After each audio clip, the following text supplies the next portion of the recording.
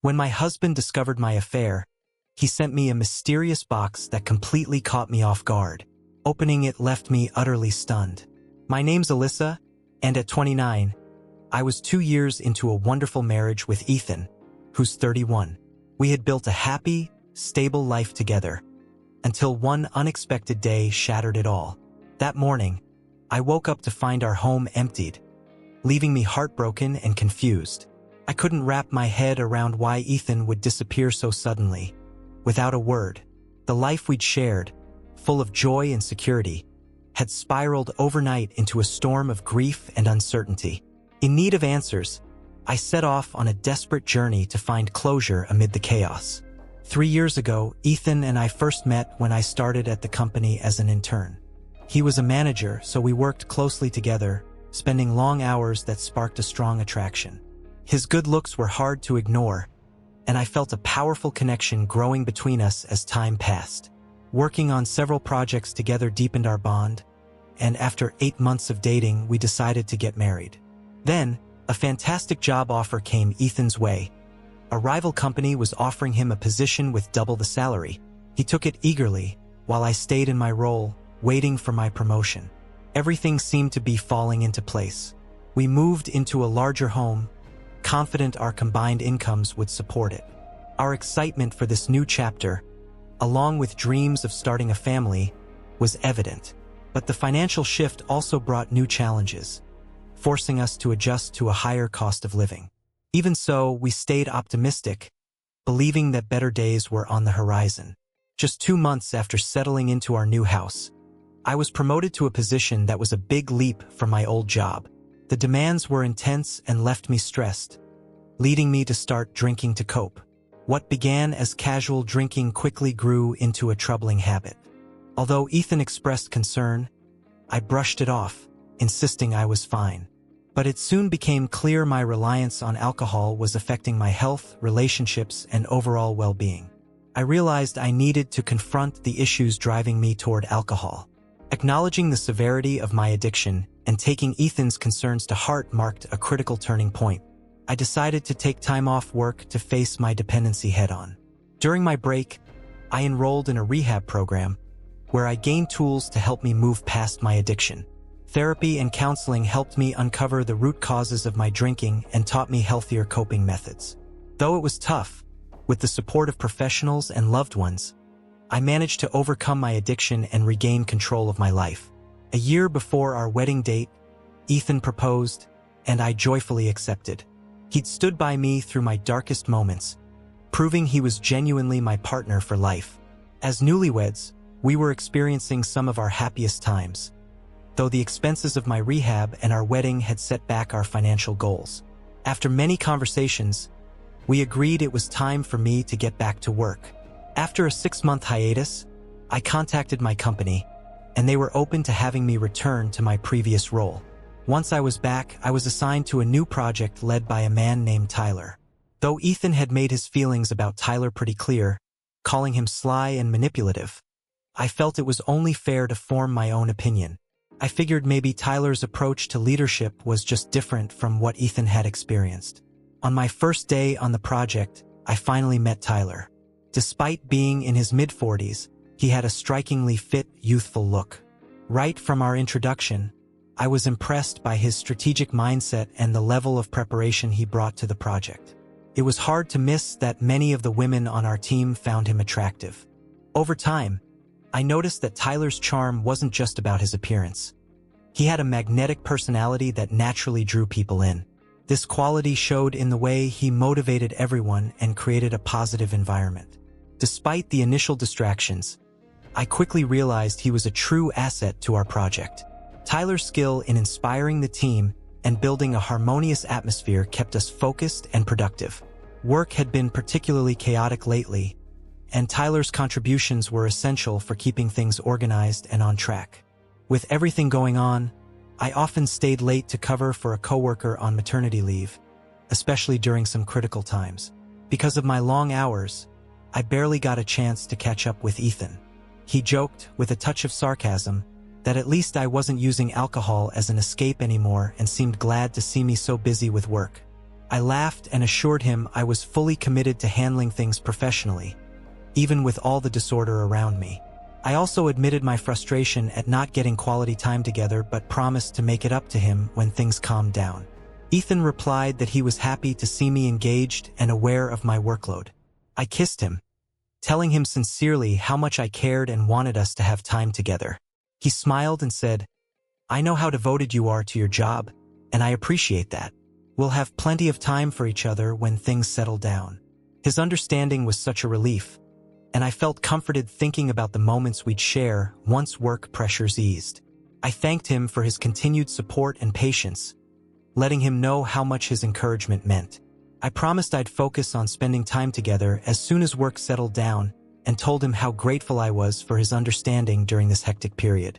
I admitted I was feeling a bit overwhelmed lately, and he nodded sympathetically. "I know your work is important, but don't forget to take care of yourself too. Once things quiet down, we'll plan something special," he said. His words deepened my gratitude for his support and filled me with hope for the future. This past month had been especially demanding.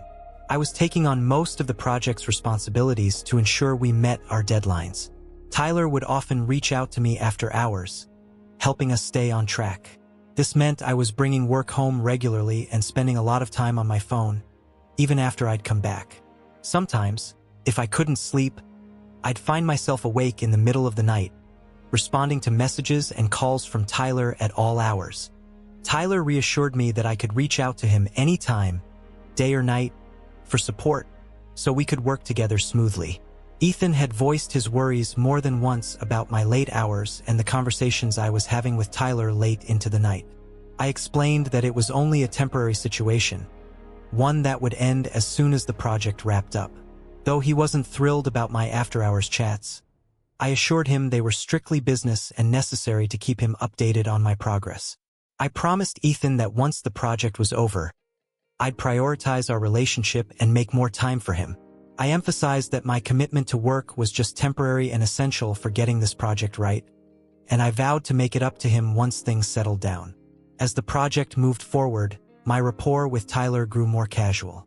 We'd often share jokes to break the tension, and this easygoing attitude flowed into our calls and texts.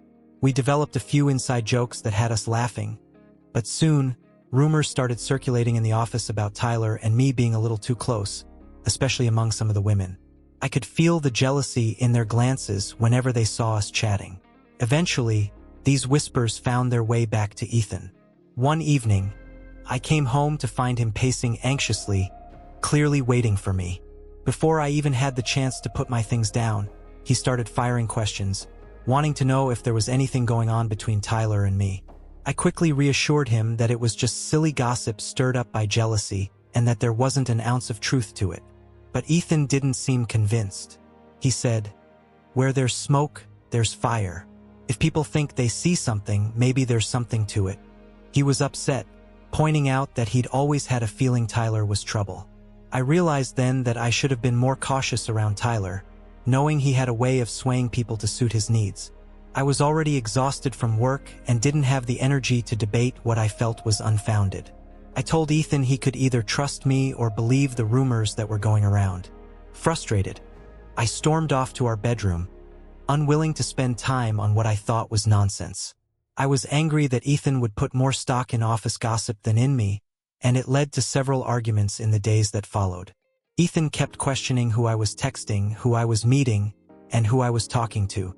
His questions felt less like genuine concern and more like an interrogation, as if he were a detective grilling a suspect.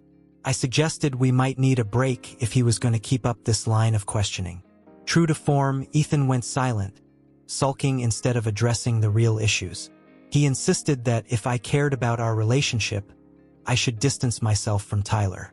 I found the idea completely absurd.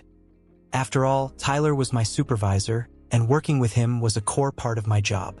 The next day, I showed up to work feeling frustrated and irritated with Ethan for his doubts and lack of trust. Tyler quickly picked up on my sour mood and asked if something was wrong. I forced a smile and got back to my tasks. Later, when the last of our colleagues had left, Tyler and I stayed behind to work on a report. Tyler brought me a coffee, and said he was open to listening if I wanted to share what had happened between Ethan and me. With the tension building up inside, I found myself starting to open up about my frustrations. Tyler listened patiently, assuring me that things would settle down soon enough. Feeling unexpectedly grateful, I hugged him on impulse. But that simple gesture shifted into an awkward moment that led to an unplanned kiss. We both instantly realized what had just happened and pulled back, faces flushed with embarrassment. The incident left an uncomfortable tension between us, and we agreed to give each other some space to work through what we were feeling. We understood it was crucial to handle this carefully to protect our friendship and avoid any more complications. For the next few days, things felt strained between Tyler and me, and Ethan's silence only made it worse. I felt isolated, with no one to confide in, and the emotional weight was wearing me down. My main priority was fixing my relationship with Ethan. Once that was sorted, I could deal with everything else. By mid-December, with the project nearly complete, things had finally become more manageable at work. I decided it was the right time to make amends with Ethan. I cooked his favorite meal, set the table just how he liked, and hoped this would help us reconcile. I knew Ethan's feelings toward Tyler made it hard for him to see things objectively, especially with all the gossip about my relationship with my boss. When we sat down, I reassured Ethan that he was the only one I loved. I explained that my connection with Tyler was strictly professional and that I needed to work with him until the project was finished. To put his mind at ease, I promised I'd switch to a different team once this project wrapped up. This conversation seemed to finally ease his concerns about my faithfulness. It felt liberating to talk openly with Ethan and put our issues to rest.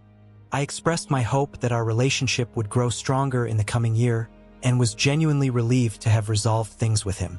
We discussed our future and agreed to keep the lines of communication open, especially as we prepared for the transition once the project ended. I thanked him for his understanding and assured him that our relationship would stay solid, even if I switched teams. As the New Year's party approached, Tyler suggested that I bring Ethan along so he could meet my colleagues and lay any lingering doubts to rest. I thought it was a great idea and told Ethan that my boss wanted him to come along, eager to meet the person I talked about so often. My goal was to erase any last bits of suspicion he might have about my relationship with Tyler and to enjoy a nice evening together, like we used to. Some of Ethan's friends and former coworkers would be there, making it a perfect chance for us to reconnect and share memories. I was looking forward to introducing him to my boss and coworkers, confident that they'd see how happy we were together, putting any rumors to rest. It was important for me to affirm the strength of our relationship and have a carefree night together. In the days leading up to the party, I made a point to reassure Ethan that the rumors of an affair were groundless. I wanted him to feel secure with me so he could enjoy the evening without any nagging worries. I also believed that introducing him to my boss and colleagues would only reinforce our relationship and show just how happy we were. As the night unfolded and the drinks began to flow, I found myself sampling alcohol again after a long break. It felt refreshing, and I was confident I could manage my intake without slipping into old habits. I was seated between Tyler and Ethan, who kept a watchful eye on how many drinks I had. It felt stifling. After all, it was New Year's Eve, and I wanted to celebrate freely, without feeling restrained. I knew he was trying to keep me from relapsing, but in that moment, with the alcohol affecting my judgment, I was focused on how Ethan seemed to be dampening the festive mood. Frustrated, I turned to Tyler and started up a conversation. Both of us were well beyond tipsy, and our sense of boundaries had blurred. I remembered the night when I'd accidentally kissed Tyler. We'd both agreed to put it behind us, pretend it never happened. From that point, the night turned into a haze. The next morning, I woke up in complete shock. Our house was almost empty, stripped of nearly everything we owned. At first, I could barely process what I was seeing. It was as if we'd been robbed in the middle of the night. With a pounding headache, I started looking for Ethan. But as I moved through the house, I quickly realized that Ethan wasn't there, and almost everything was gone, save for the bed. I tried calling him, but his phone was off. In a panic, I splashed water on my face, hoping to clear my mind. That's when I saw a note on the table, left by Ethan. It read, Congratulations on a new year filled with new beginnings and new people. The words left me frozen, unsure if this was some kind of cruel joke or a real-life nightmare. I read the note over and over, confusion and disbelief crashing over me. My heart sank as I understood that Ethan had truly left, without warning or explanation. Questions flooded my mind, each one heavier than the last. Why would he choose to start the new year by suddenly ending our relationship? The weight of confusion and sadness settled deep, leaving me desperate for answers and closure. I decided to sit down and reflect on what might have driven Ethan to such an extreme decision. I remembered how we'd started downing shots, turning it into a friendly competition with Tyler to see who could handle the most. I could recall up to the 5th shot, but after that, everything became a blur. I debated reaching out to Tyler, wondering if he might shed some light on what had happened that night. Could he help me piece together the events leading up to this life-altering shift? Part of me thought maybe Ethan had pulled an elaborate prank to make some dramatic New Year's statement. Rather than panic, I chose to wait until evening to see if anything would become clearer before making any decisions. Throughout the day, fragments of memory started to drift back, but they were disjointed, hard to connect. I couldn't shake the feeling that something significant had happened, likely involving Ethan. Still, I knew jumping to conclusions without proof would only bring more stress. I decided to stay calm and wait until evening, hoping I'd be able to gather more information and make a plan. To distract myself, I went for a long walk in the park, hoping that the fresh air and peaceful surroundings would bring some clarity. But despite my best efforts, troubling flashes of memory kept returning, leaving me feeling unsettled and more confused than ever. Still, I reminded myself that reacting impulsively without fully understanding the situation wouldn't solve anything. That evening, I called Tyler and asked if he'd meet me briefly to talk. I suggested a nearby cafe and proposed we meet in about 2 hours. Once I arrived, I ordered a coffee, hoping it would help me sober up and possibly trigger some memories about Ethan's sudden disappearance. When Tyler walked in, he came over and offered a hug, which felt a little awkward. I managed a strained smile and took a seat across from him. Tyler started by saying how much he'd enjoyed the party the night before, calling it one of the wildest and most memorable events he'd ever attended. He described it as unforgettable and then casually asked how things were going between Ethan and me, noting that Ethan hadn't seemed too happy toward the end of the night. That's when I realized I needed more answers. I asked Tyler to walk me through the events of the previous night in detail, admitting I couldn't remember much of it myself. Tyler hesitated at first, but then began sharing vivid details of the evening. He explained that we'd gotten into a drinking competition, and Ethan had tried to stop me from having more alcohol. I'd brushed him off, insisting that the night was meant for celebration. I had a faint memory of saying something about the night symbolizing fresh starts and embracing the new year. Little did I know then that this New Year's Eve would spiral into a mess of chaos and heartbreak. As midnight struck and fireworks lit up the sky, I'd raised my glass in a toast, blissfully unaware that this innocent gesture would unleash a series of events that would turn my life on its head. After a heated argument with Ethan, he'd stormed out, leaving Tyler to console me. As Tyler recounted the night, I struggled to piece together my fractured memories, desperate to uncover what had truly happened. We continued talking, and I began venting my frustrations, spurred on by our intoxicated state. After that point, though, everything in my memory went fuzzy. I woke up the next morning to a home that barely resembled the one I knew. Nearly everything was gone, and for a few seconds, I couldn't even recognize my own space. For a brief moment, I wondered if we'd been robbed during the night. My head throbbed with a relentless hangover as I stumbled through the house, searching for Ethan. The more I looked around, the more it sank in. Ethan wasn't just gone. He'd taken almost everything with him. All that remained in the entire house was our bed. I tried calling him, but his phone was off. Panicked, I splashed water on my face, hoping it would clear my head and help me make sense of what had happened. That's when I saw it. A note from Ethan sitting on the counter. It read, "Congratulations on starting the new year with fresh beginnings and new people." I was stunned. At first, I couldn't even process what I was seeing. Was this some kind of cruel joke? I read the note again and again, trying to understand, but all I felt was a rush of confusion and disbelief. Waves of abandonment washed over me, and the feeling began to settle in deeply. I searched the house frantically, hoping for any clue to explain what had happened, but there was nothing. The note was all I had to go on. My mind raced with questions. Why would Ethan leave so abruptly? Why now? None of it made sense. The weight of Ethan's sudden disappearance hit me hard, leaving me desperate for answers. I sat down, trying to steady my thoughts, replaying the previous night's events in my mind. We'd been drinking with Tyler, turning it into a game to see who could handle more shots. I could remember up until the 5th shot, but after that, everything was a blank. I debated whether I should reach out to Tyler.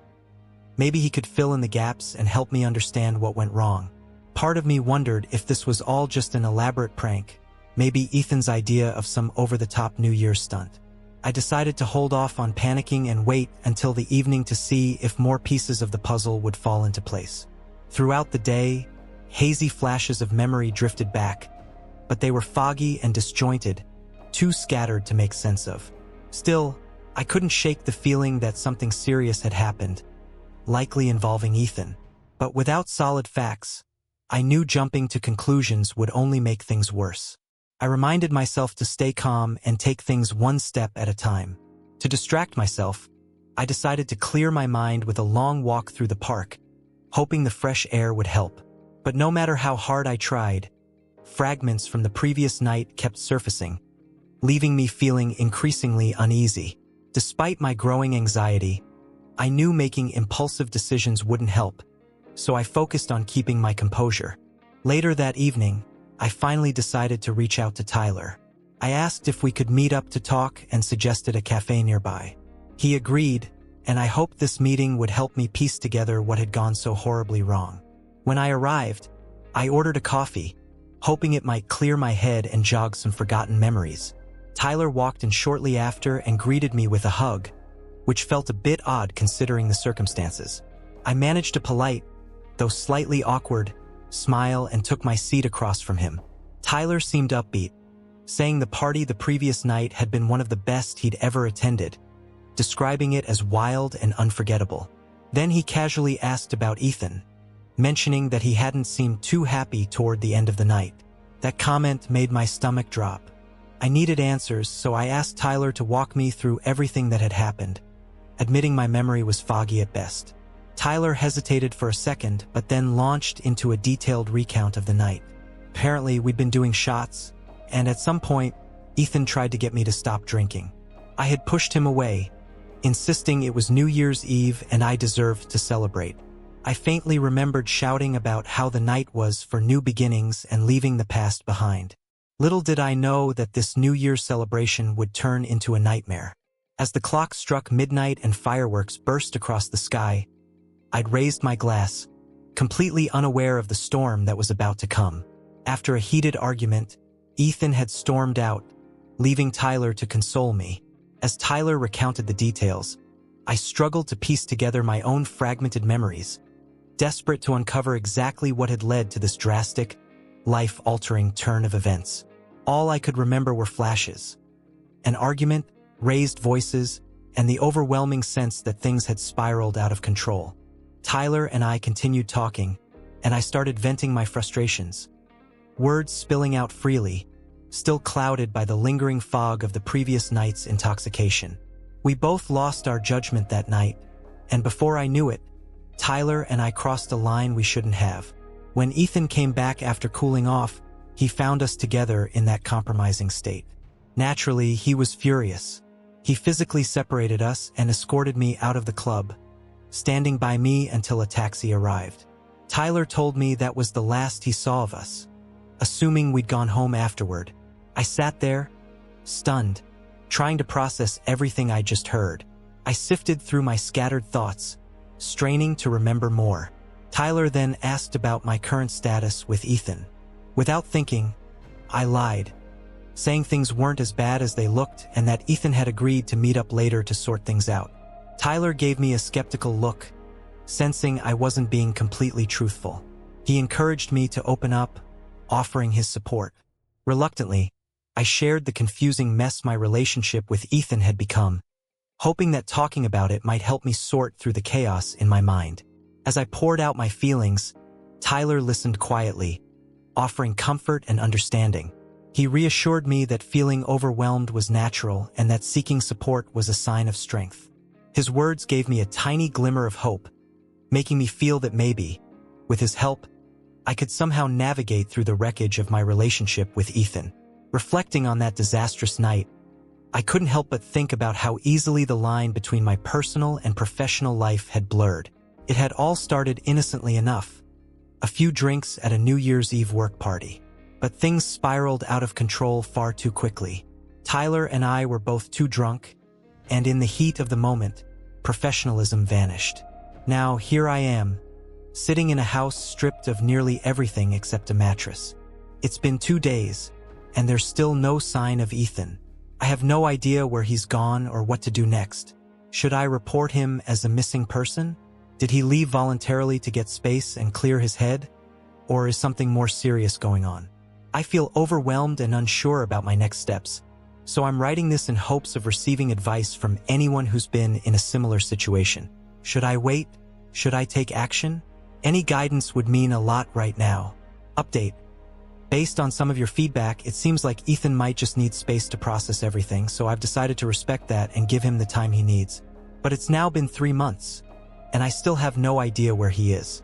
I reached out to his workplace, but they told me he's been working remotely and couldn't share any information on his location. Frustrated and desperate for answers, I reached out to our mutual friends, hoping someone might know where he went. Sadly, they're as clueless as I am and haven't heard from him in months. The longer this goes on, the more troubling his disappearance feels, leaving me with countless questions and a deep, unsettling sense of unease. I've sent Ethan several emails, explaining my side of things and hoping he would respond. Unfortunately, he's blocked me on every other platform, leaving email as my only way to reach him. Alongside the emotional strain, the financial pressure is mounting. Handling the mortgage on my own, managing increased bills, and having to buy some basic items after Ethan took nearly everything has become a serious burden. I'm not sure how to handle these growing expenses, and I've begun considering professional help or other ways to alleviate the financial load. Emotionally, Ethan's absence feels crushing, and the sense of abandonment is overwhelming. I'm struggling to picture what the future might hold for us. During this time, Tyler has become somewhat of a confidant. Tyler has been supportive, though he sometimes blames himself for how things have unraveled. I assured him it wasn't his fault, that the entire situation was due to my own poor choices and the influence of alcohol. Tyler has patiently listened as I poured out my regrets and frustrations, offering words of comfort. Still, I couldn't help but wonder if there was a trace of truth in Tyler's feeling of responsibility for what happened. Despite these lingering doubts, his steady support has reminded me that true friendship means standing by each other in tough times, regardless of blame. During one of our conversations, Tyler shared some of his own struggles and past mistakes, emphasizing that we all make choices that lead us down different paths. His empathy helped me see that while Tyler may have influenced some of my actions, the outcome was ultimately due to my own decisions. Together, we promised to support each other in making better choices and creating a more positive future. Just as I was about to thank him and hug him for his support, the front door swung open. Ethan walked in, his face filled with anger. He accused me of lying about not having an affair with Tyler and claimed he now had proof of my betrayal. During his time away, Ethan confessed he'd read the emails I'd sent, almost convincing himself he might have been wrong about the affair. But as we tried to explain ourselves, he grew more agitated, unwilling to listen. He told us he'd been watching the house and had noticed Tyler's frequent visits. He even accused Tyler of having a spare key. That accusation hit a nerve and I snapped. I let out my frustration, telling Ethan I was done being accused of things I hadn't done. I told him if he couldn't trust me, he was free to walk away because I wasn't going to keep proving my innocence over and over. Ethan laughed bitterly, mocking me, calling me a great actor, and then he walked out. I collapsed to the floor, tears streaming down my face, devastated at how shallow Ethan's trust in me had become. Update. 6 months have passed since that last confrontation with Ethan. I'd hoped he would take some time to reflect and maybe come back once I'd vented my frustrations. But I was wrong. His behavior only worsened. He continued sending letters, claiming he knew everything about me and Tyler. I thought the best approach was silence, hoping that ignoring him would end his provocations. Gradually, the letters stopped. I assumed he'd finally realized I wasn't going to play his game anymore. One evening, after a long day at work, I was sorting through the mail and found an unfamiliar envelope. The handwriting was unmistakable. It was from Ethan. My heart raced with a flicker of hope. Maybe this was a turning point, a chance for us to finally have the conversation we needed. With cautious hope, I opened the letter. But what I found wasn't an olive branch, it was divorce papers. My hands shook as I read through the documents, trying to process what was happening. A flood of emotions hit me. Anger, confusion, sadness. How had it come to this? What had gone so wrong that Ethan felt this was his only option? I searched the letter for any clues, an address, something that might tell me where he was. Maybe, if I could just talk to him, we could work this out. Despite everything he put me through, I didn't want our marriage to end like this. All I wanted was a chance to make things right. Looking back, I never would have guessed that one careless moment, getting drunk and kissing my boss, could unravel my entire life. I never expected Ethan to react by growing so distant, becoming passive-aggressive, or leaving without even having a real conversation. Now, here I am, trying to deal with the aftermath of that night, struggling to understand why he reacted so drastically. It's heartbreaking to realize how one mistake, one lapse in judgment, could shatter the trust we'd built over years. This whole experience has been a harsh wake-up call about the need for clear boundaries, especially when it comes to mixing personal and professional lives. As I reflect on all this, I've come to accept that I need to set those boundaries for myself. Blending alcohol, work, and personal relationships was a recipe for disaster, one that led to painful consequences. I've learned, in the hardest way possible, that when these lines blur, it can take a serious toll on your well-being and your relationships.